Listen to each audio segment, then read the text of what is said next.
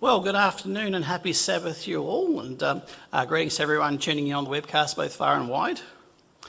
Now, in my last sermonette, we covered an introduction and some background to the Ten Commandments.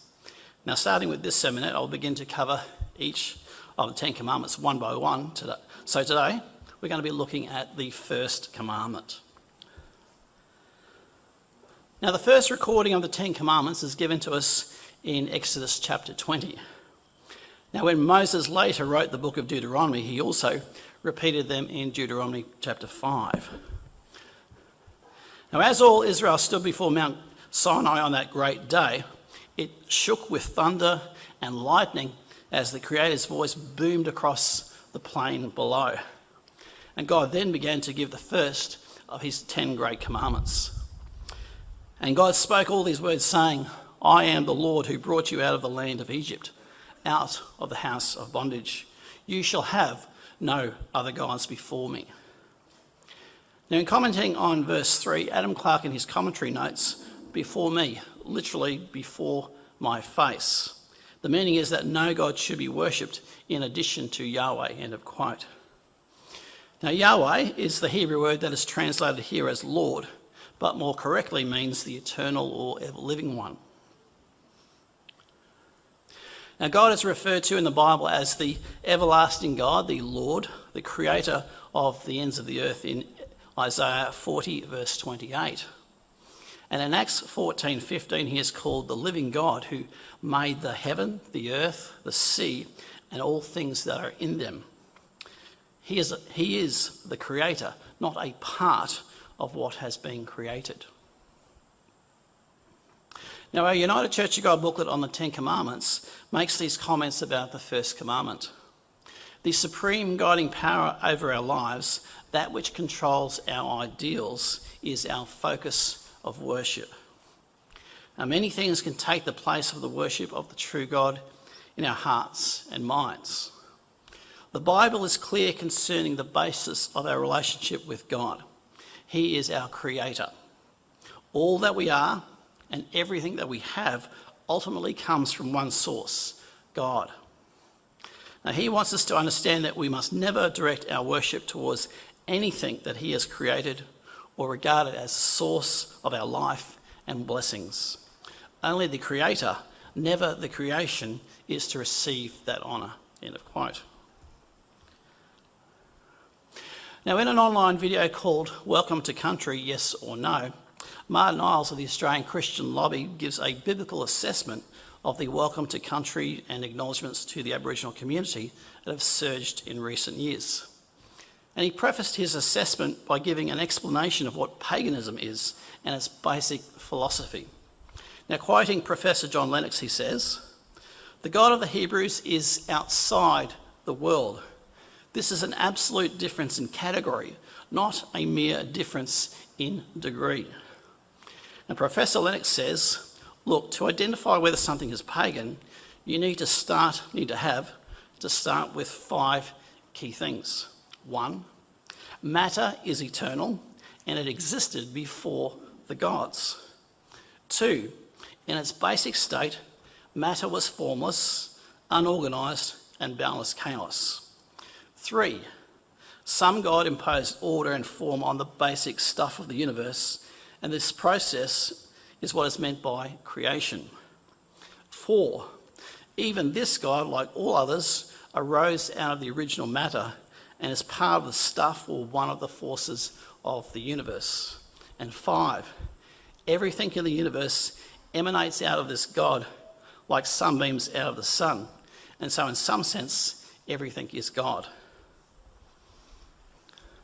Now notice that last point, in some sense, everything is God. Well, the Indigenous Dreamtime belief has a very similar thing. And that system of belief, the land is the animating power of spirits, of ancestors, of people, of animals. Ancestors, and that's why we acknowledge them now, because it's all part of the spiritual force, the land, which continues in perpetuity, and descendants that are yet to spring from it. It's why we acknowledge them now. And in the Indigenous system, Uluru is the most sacred land of all. It's the central nervous system of this spirituality. taking the spiritual force from the heart of the nation. It also encompasses, as I said, animism with its animal beings like the rainbow serpent, taking on a godlike quality. End of quote. Now, with the exception of the three monotheistic faiths of Christianity, Judaism, and Islam, most other world religions, as well as most ancient religions, have those 5 key things that John Lennox outlined before. Now, that includes the indigenous religions of Australia and America, Eastern religions of Asia, and the New Age movement. And it even permeates science fiction, such as with the Marvel Universe and with Star Wars. Now, there are several statutes in the Torah that further expand on the first commandment. And in Leviticus 19, verse 31, God warns us against going to mediums and spiritists and anyone who practices witchcraft. Now, the Life Application Bible makes these comments. Now, everyone is interested in what the future holds, and we often look to others for guidance.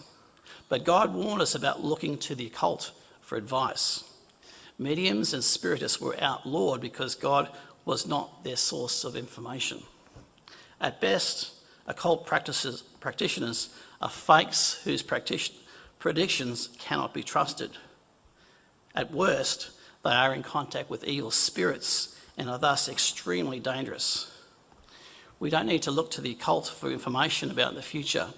God has given us the Bible so that we may obtain all the information that we need. And the Bible's teaching is trustworthy. End of quote. Now, Exodus 23, verse 13 also tells us to be careful and to not make any mention of the names of other gods, which is more in the sense of not invoking or calling upon the name and authority of another god. In Deuteronomy 12, verses 30 to 32, we also read, "Do not inquire after their gods, saying, 'How did these nations serve their gods?' I will do also likewise. You shall not worship the Lord your God in that way. Whatever I command you, be careful to observe it. You shall not add to it, nor take away from it." Now, the ancient Israelites fell into this trap, mixing the worship of God with the worship and customs of the pagan gods. Now, sadly, even in mainstream Christianity, many pagan customs persist.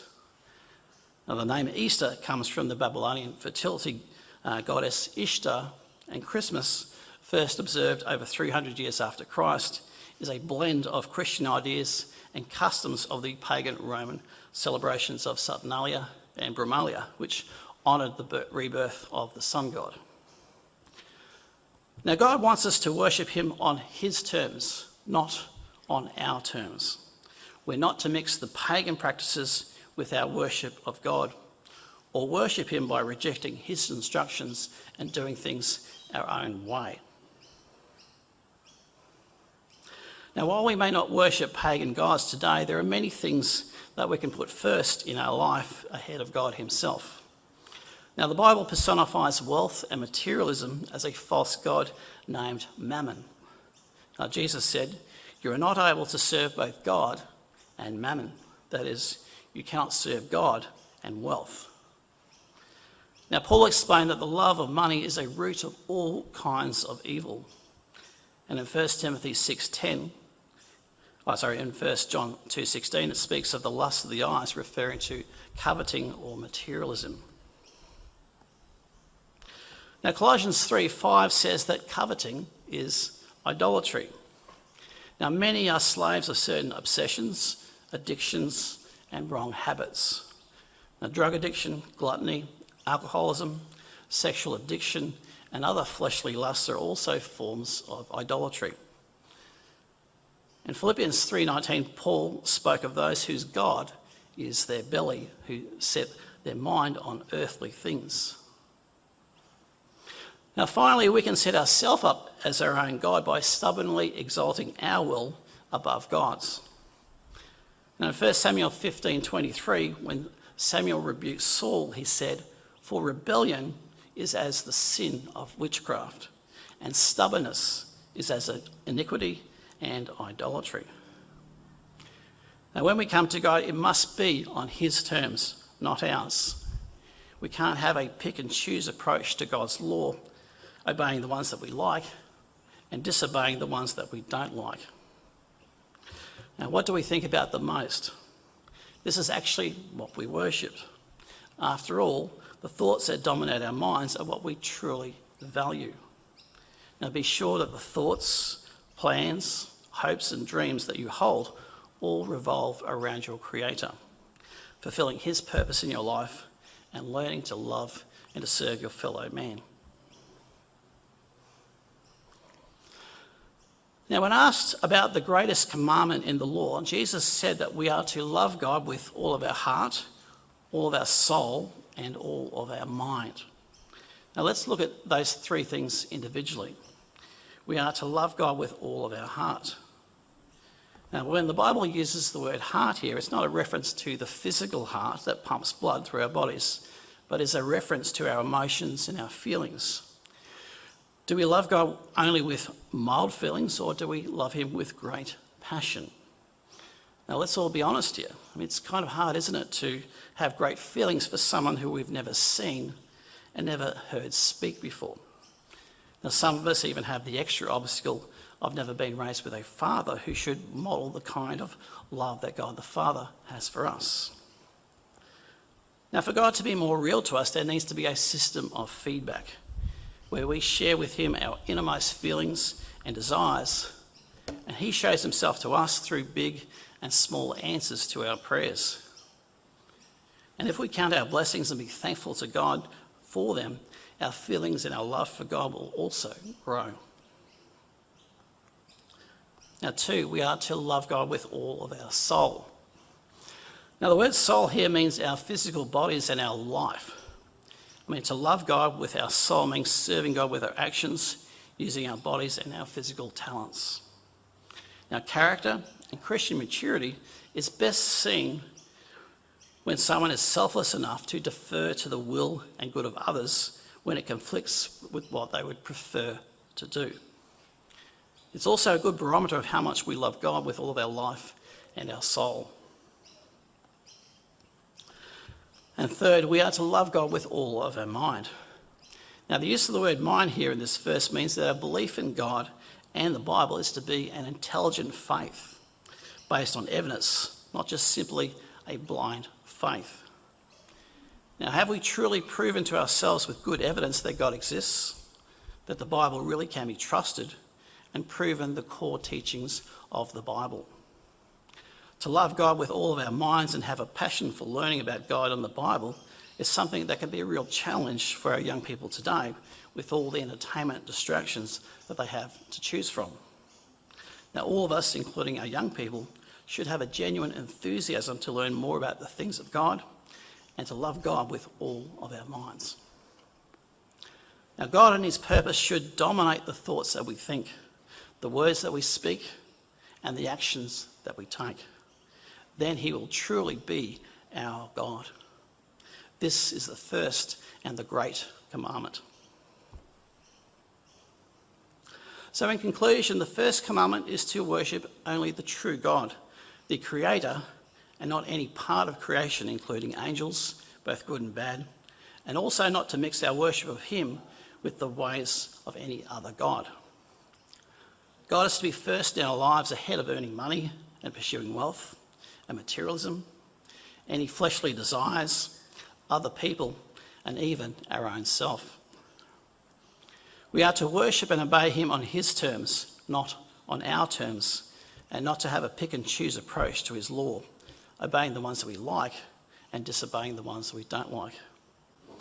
So let's all be responsive to our great Creator who has given us, to each of us, so much. Let's love Him with all of our heart, mind and soul, which is truly the first and the great commandment.